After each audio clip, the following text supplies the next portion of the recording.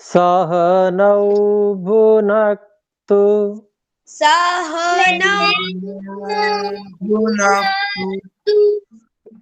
सह वीर्यं करवावहै सह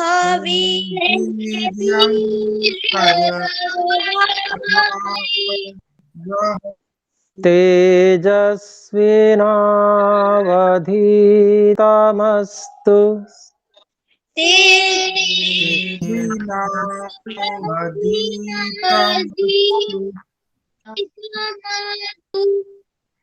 मा विद्विषावहै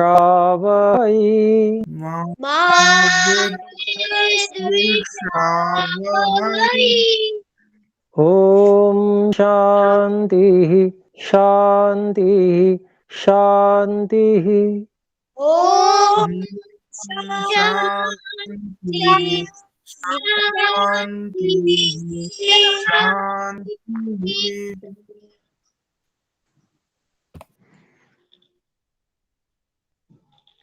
तो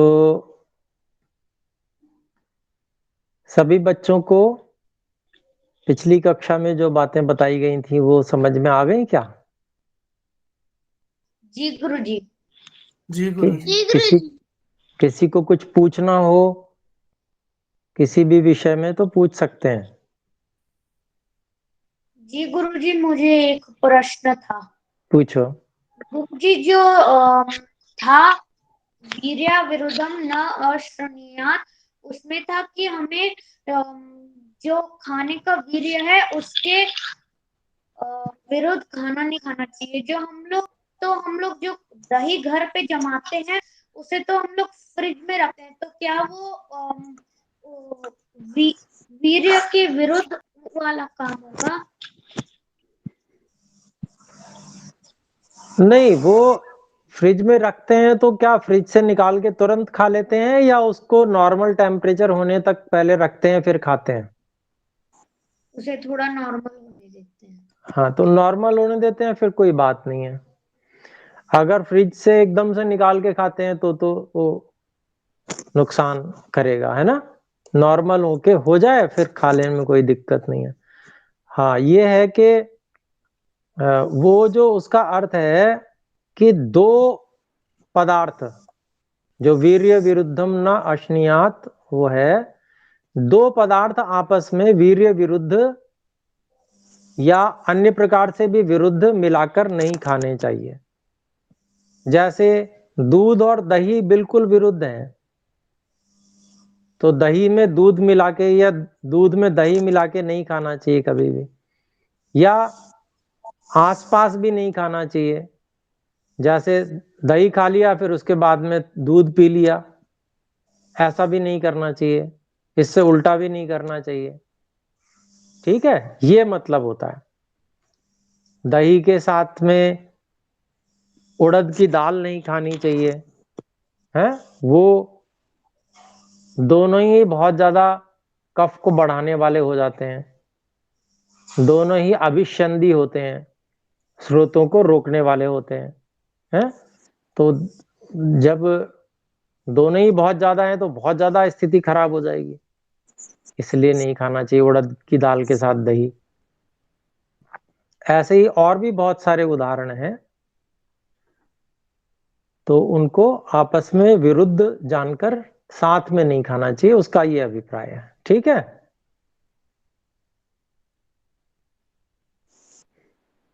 और कोई चीज? जी ओम गुरुजी। हाँ, मुझे प्रश्न एक और था कि जो हठ योग लिखा गया है, जो लिखने वाला है उसे भी तो पता होगा ना कि वो गलत है, तब उसने क्यों लिखा? नहीं, जो लिखने वाला होता है वो प्रायः अधिकांश में गलत मान के नहीं लिखते हैं। कोई बहुत धूर्त लोग होते हैं जो गलत मान के भी लिखते हैं कि गलत है, दूसरों को मूर्ख बनाने के लिए बहुत धूर्त लोग हों तो लिखते हैं। नहीं तो सामान्य रूप से हानि पहुंचाने के लिए नहीं लिखते, कोई अज्ञानवश लिखते हैं, पूरी जानकारी नहीं होती इसलिए, इस कारण से लिखते हैं। तो उनकी भावना गलत नहीं रही होगी, लेकिन उनको पूरी बात जानकारी नहीं थी, इसलिए उन्होंने काफी कुछ उसमें गलत भी डाल दिया, गलत हो गया वो। तो इस कारण से वो हानिकारक है, इस कारण से उसको नहीं पढ़ते। महर्षि पतंजलि का जो योग दर्शन है उसको पढ़ते हैं, उससे ज्ञान प्राप्त करते हैं और वैसा ही करते हैं। ठीक है, तो जरूरी नहीं है कि कोई गलत भावना से ही लिखे। ये तो व्यक्ति अल्पज्ञ है, लेकिन वो अपने आप को अधिक जानकार समझ रहा है नहीं वो इतना जानकार, लेकिन समझ रहा है अधिक जानकार। तो इस कारण से ऐसा हो जाता है। तो जो ऋषि स्तर के लोग होते हैं वो सत्य ही लिखते हैं, वो बहुत परीक्षण करते हैं, हर चीज का बहुत परीक्षण करके तब लिखते हैं जो सबके हित में होता है, जिसमें कोई भूल ना हो, त्रुटि ना हो, इसका बहुत ज्यादा परीक्षण करते हैं और वेद से मिलान भी करते हैं। सबसे बड़ी बात यह है कि ऋषि लोगों की बात गलत क्यों नहीं होती। वो इसलिए नहीं होती क्योंकि वो जो वेद है जिसमें कोई भी गलती नहीं है, जो ईश्वर का वचन है, उससे मिलान करके अपनी बात का तब लिखते हैं ऐसे जो ऋषि होते हैं। तो इस कारण गलत नहीं होती, अन्यों की बात गलत हो जाती है। ठीक है, आ गया समझ में। तो वहां पर त्रुटि क्या है, हठ योग प्रदीपिका में त्रुटि बस यही विशेष है कि उन्होंने प्रधानता जो है वो स्वभाव को नहीं दी,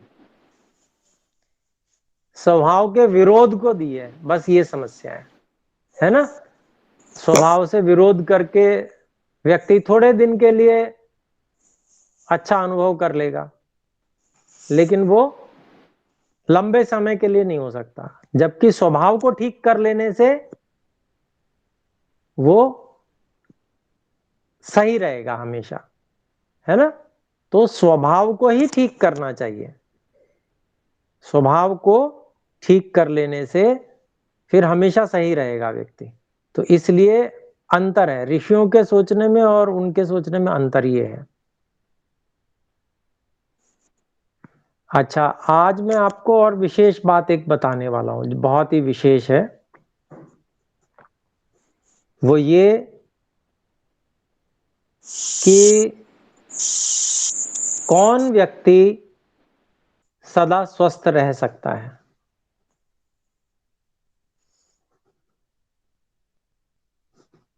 कौन व्यक्ति सदा स्वस्थ रह सकता है, किस में सामर्थ्य है जो सदा स्वस्थ रह ले। आप कोई बता सकते हैं? अपना अपना जो भी आपको ध्यान में आए बताइए। गुरुजी वही स्वस्थ रह सकता है जो कि आयुर्वेद का सारे जो भी बताया गया है उसे मान के चले और जैसा है वैसा ही करे आयुर्वेद के हिसाब से। ठीक बात है, अच्छा बताया। आयुर्वेद के अनुसार जो चले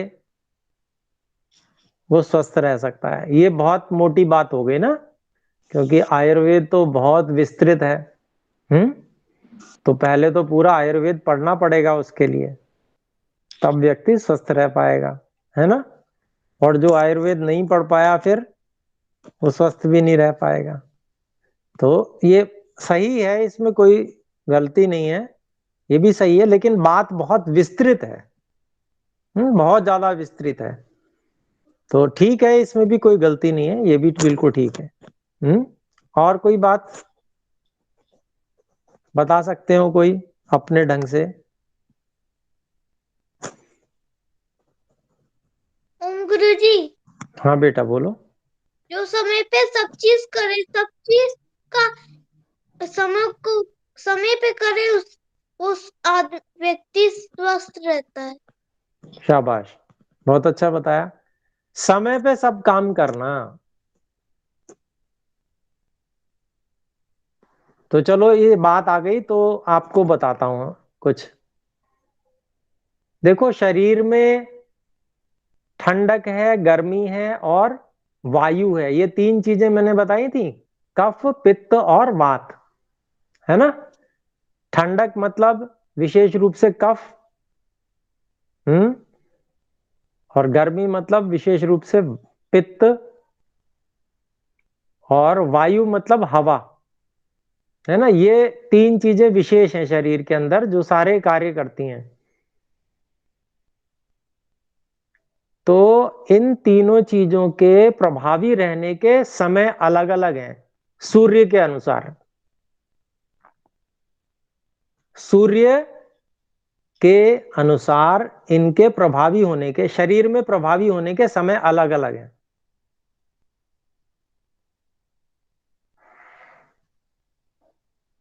तो वैसे सूर्य जो है वो हमारा हमेशा एक जैसा रहता है क्या? नहीं रहता ना। नहीं गुरुजी। हाँ, तो उसी के हिसाब से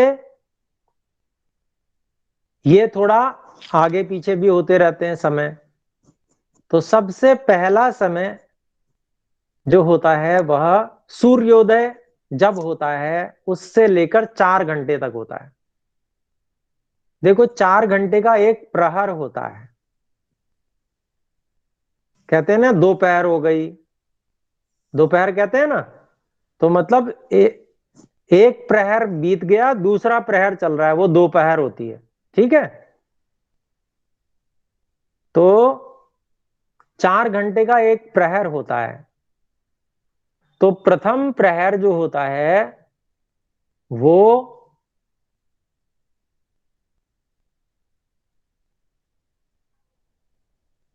कितने बजे से शुरू होगा? जब सूर्योदय होगा। तो आजकल तो ये पता चल जाता है ना, मोबाइल पे भी पता चल जाता है सूर्योदय कितने बजे होगा कल। गूगल से पूछ लीजिए कितने बजे कल सूर्योदय होगा, तो वो बता देता है ना। तो पहला जो प्रहर होता है वो 4 घंटे का होता है। कब से शुरू होता है? मैंने अभी बताया, आप बताइए। पहला प्रहर, हाँ ठीक है, सूर्योदय से, सूर्योदय से शुरू होता है और 4 घंटे तक चलता है। तो पहले प्रहर में कफ की प्रधानता रहती है। कफ अधिक रहता है, कफ बढ़ा रहता है। क्या बढ़ता है? कब बड़ा रहता? हाँ, कफ बढ़ा रहता है पहले प्रहर में, पहले 4 घंटे में। ठीक है। फिर दूसरे 4 घंटे जो होते हैं उसमें पित्त बढ़ा रहता है। क्या बढ़ा रहता है? बताओ। पित्त भी बड़ा रहता पित्त है। बढ़ा रहता है मतलब गर्मी बढ़ती है शरीर में। तो दूसरे प्रहर में पित्त बढ़ा रहता है। तो दूसरा प्रहर होगा कब? बताओ। ओम गुरुजी सूर्योदय के 4 घंटे बाद। हाँ, सूर्योदय के 4 घंटे बाद ये दूसरा प्रहर शुरू होगा। और कब तक चलेगा? पूरे 4 घंटे तक। एक प्रहर 4 घंटे का होता है ना, तो पूरे 4 घंटे तक चलेगा। और फिर तीसरा प्रहर होता है,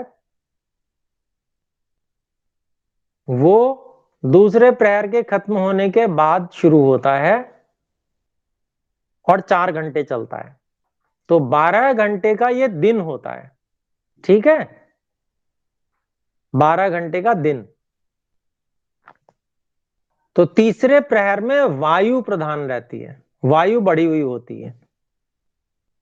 पहले प्रहर में बढ़ा हुआ क्या होता है? बताओ। ओम गुरुजी कफ। कफ। दूसरे प्रहर में क्या बढ़ा हुआ रहता है? पित्त। गर्मी। हाँ, पित्त, गर्मी। ठीक है। और तीसरे प्रहर में क्या बढ़ा हुआ रहता है? गुरुजी गुरुजी वायु। वायु। वात भी कहते हैं, हाँ, वात भी कहते हैं इसको। ठीक है। तो ये तीन चीजें तीनों प्रहरों में अलग अलग समय में बढ़ती हैं शरीर में।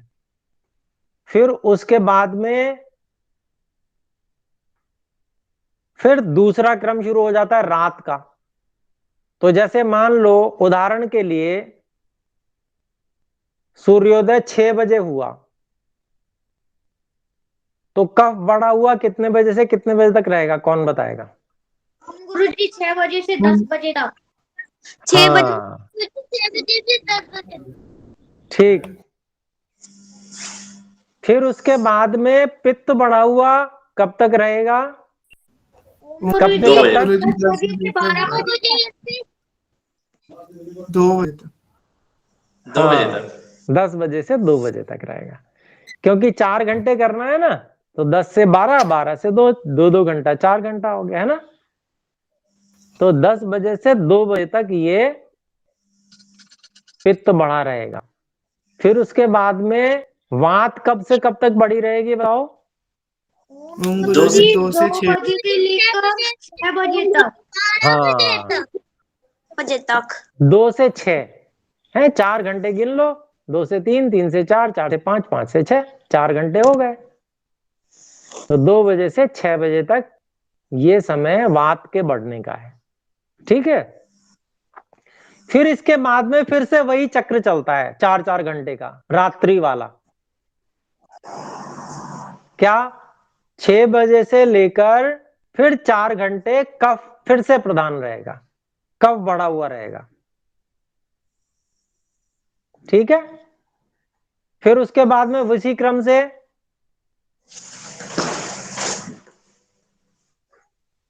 4 घंटे फिर पित्त फिर बढ़ा रहेगा रात के बीच में,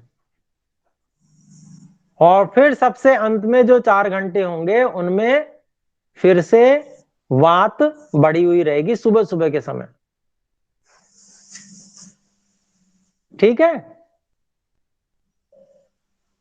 तो ये अपने को ध्यान में रखना चाहिए। इसके अनुसार हम अपनी दिनचर्या को व्यवस्थित कर सकते हैं, हम क्या क्या करना है, हमें क्या क्या करना है, हमें कैसी जरूरत है। कफ ज्यादा बढ़ने का समय हो तो उस समय व्यायाम कर लिया जाता है ना। और पित्त जिस समय बढ़ा हुआ हो उस समय भूख लग सकती है, हमें संभावना है भूख लगने की, है ना। जब गर्मी बढ़ती है शरीर में तो भूख लगती है धीरे धीरे, ऐसा हो सकता है, ठीक है। और वायु जब बढ़ी हुई रहती है तो उस समय में स्फूर्ति रहती है, शरीर में फुर्ती आती है, तेजी आती है शरीर में, है ना। तो उस समय हम उस तरह के कार्य कर सकते हैं। तो स्वस्थ व्यक्ति जो है वो अपने समयों का विभाजन इस तरह से करे कि उसका सब ठीक रहे, ठीक है। तो समय के अनुसार करने वाला व्यक्ति स्वस्थ रह सकता है, ये भी ठीक बात है। लेकिन और भी बातें हैं जिनको सोचा जा सकता है। और क्या हो सकता है, हम में से कोई और बताएं। जिन्होंने बता दिया वो नहीं बताएंगे, जिन्होंने नहीं बताया उनमें से कोई बता सकते हैं। हाँ अर्पण बोलो। गुरुजी जो व्यक्ति खुश रहता है। ठीक बात है, जो प्रसन्न रहता है, ठीक बात है। जो प्रसन्न ब्रह्मचर्य रहता है वो स्वस्थ रह सकता है। हाँ, हरिशंकर जी ने भी बहुत अच्छी बात बताई। हरिशंकर जी ने बताया कि जो ब्रह्मचर्य पालन करता है वो स्वस्थ रह सकता है। ये भी बहुत बढ़िया बात है, विशेष बात है, ठीक है। और ब्रह्मचर्यम आयुष्कराणाम, आयुर्वेद कहता है ब्रह्मचर्य जो औषधियां आयु को बढ़ाती हैं उनमें सर्वश्रेष्ठ है, उनमें सबसे अच्छा है ब्रह्मचर्य जो आयु को बढ़ाती हैं। तो ये भी बहुत अच्छी बात बताई। तो ये सब बातें हैं, इन सब के मूल में एक और बात है जो मैं आपको बताना चाहता हूं आज। खुश रहना, ब्रह्मचर्य का पालन कर पाना, समय का पालन कर पाना, आयुर्वेद के अनुसार दिनचर्या कर पाना, ये किस व्यक्ति के लिए संभव है, कौन कर सकता है ये? यूं तो सभी कह सकते हैं कि मैं कर सकता हूं, मैं कर सकता हूं, सब कह सकते हैं ना। जी गुरुजी। लेकिन एक बात जो बचपन में ही आप बच्चे जान जाओ, वो मैं आपको जनाना चाहता हूं, वो ये कि ये वह कर सकता है जो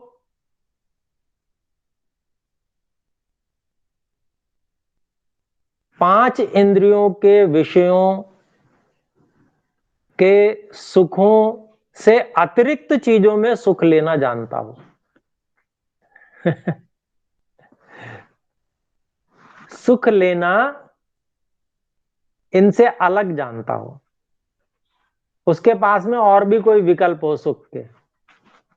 एक व्यक्ति होता है ना, तो वो क्या कहता है कि अगर मैं आपसे पूछूं कि आपको सुख किस किस चीज में मिलता है, तो भोजन में मिलता है या नहीं मिलता? भोजन से सुख होता है या नहीं होता है? बताओ, हाथ खड़ा करके बताओ जिस जिसको भोजन से भी सुख होता है ना?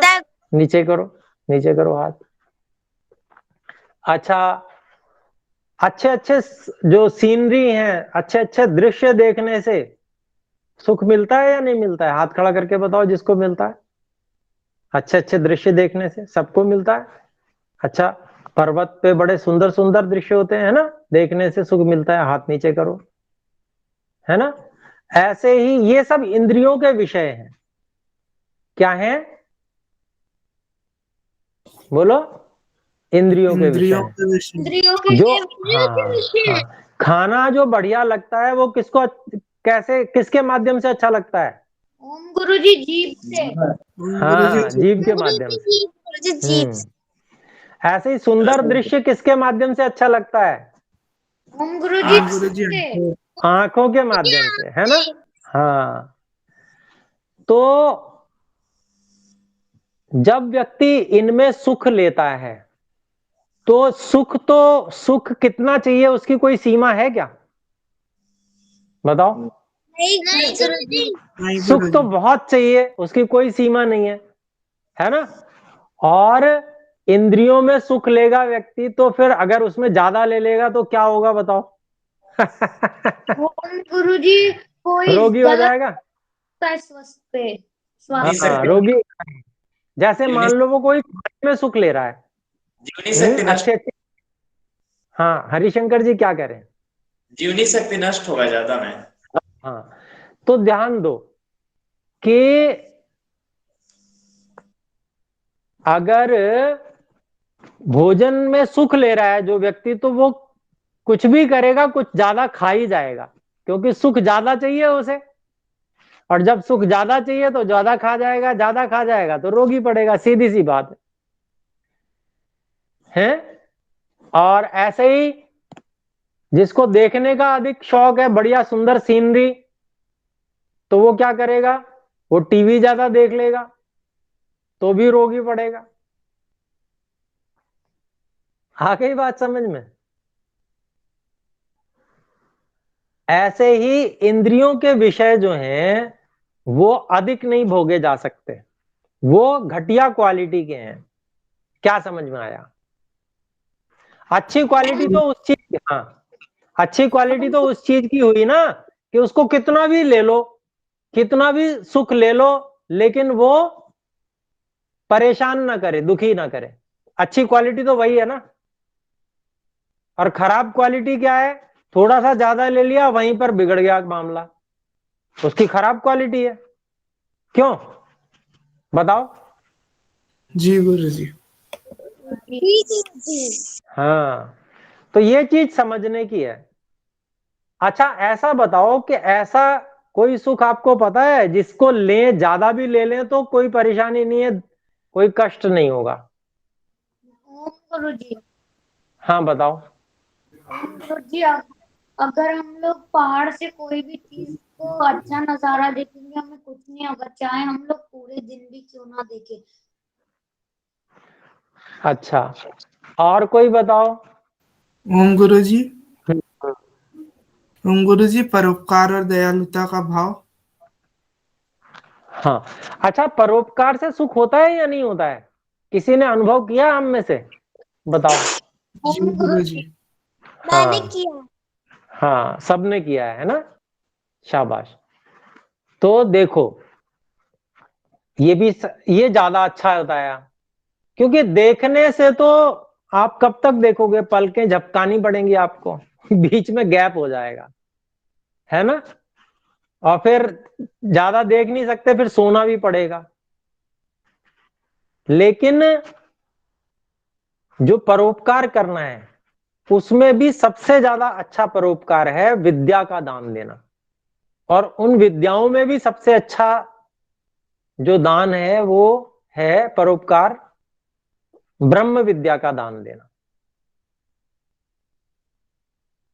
क्योंकि जितना भी आप ये पढ़ाएंगे बताएंगे, उससे क्या होगा, आपका आनंद बढ़ता जाएगा और दूसरे का भी आनंद बढ़ता जाएगा, है ना। तो जितना अधिक से अधिक दो, उतना ही आनंद बढ़ता जाएगा, कोई नुकसान नहीं है। अच्छा, इंद्रियों के जो विषय हैं, उनसे सुख लेने में ब्रह्मचर्य भी नहीं टिक सकता, ब्रह्मचर्य की भी हानि हो जाएगी। ज्यादा खा लोगे तो ब्रह्मचर्य नहीं टिकेगा, ज्यादा और दूसरे इंद्रियों के सुख ले लोगे तो भी ब्रह्मचर्य नहीं टिकेगा, तो ब्रह्मचर्य भी नहीं टिक सकता इंद्रियों के सुखों को लेने से। ऐसे ही हमेशा खुश भी नहीं रहा जा सकता इंद्रिय के सुख लेने से। क्यों? क्योंकि कभी तो अच्छी चीज मिल जाएगी और कभी नहीं भी मिलती, क्या करोगे बताओ? जब नहीं मिलेगी तो क्या करोगे? हमेशा मिल जाएगी क्या? गारंटी है क्या हमेशा मिल जाएगी चीज? बताओ, है नहीं गारंटी? गुरुजी। नहीं। अपने इच्छाओं को कम करके, अपने इच्छाओं को कम करके। इच्छाओं को कम करने से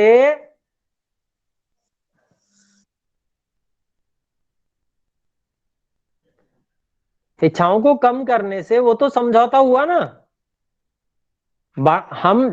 हम तो बात उसकी कर रहे हैं कि कितना भी सुख लें,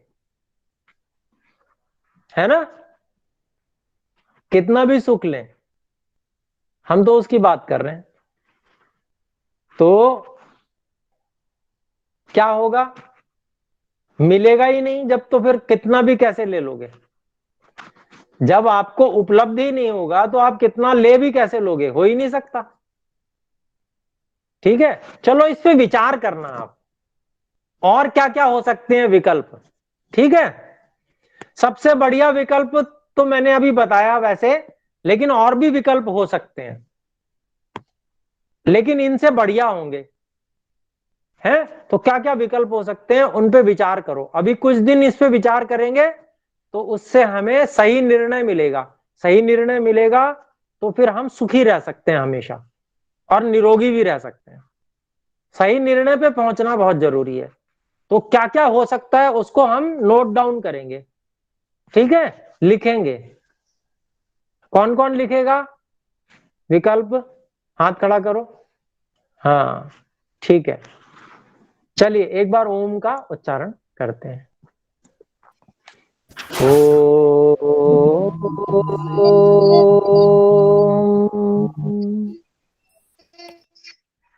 सभी बच्चों को नमस्ते।